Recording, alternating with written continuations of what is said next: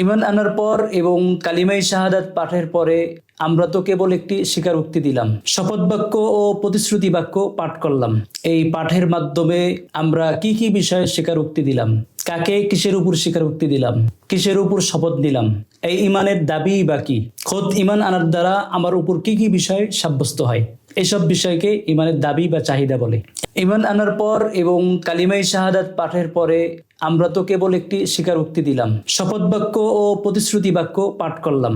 এই পাঠের মাধ্যমে আমরা কি কি বিষয়ে স্বীকারোক্তি দিলাম, কাকে কিসের উপর স্বীকারোক্তি দিলাম, কিসের উপর শপথ নিলাম, এই ঈমানের দাবি বা কি, খোদ ঈমান আনার দ্বারা আমার উপর কি কি বিষয় সাব্যস্ত হয়, এসব বিষয়কে ঈমানের দাবি বা চাহিদা বলে।